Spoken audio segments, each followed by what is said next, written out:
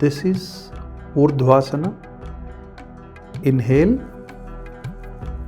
and keep on stretching backwards.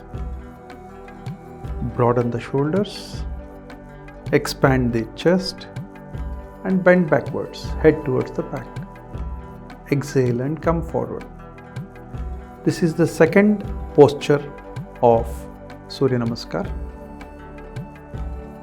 called Urdhvasana Sthiti.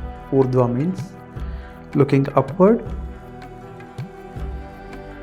Wonderful posture for lung expansion, removal of blockages in the lungs, easy breathing, strengthening the shoulders, strengthening the back, strengthening the hips and the entire lower portion of the legs.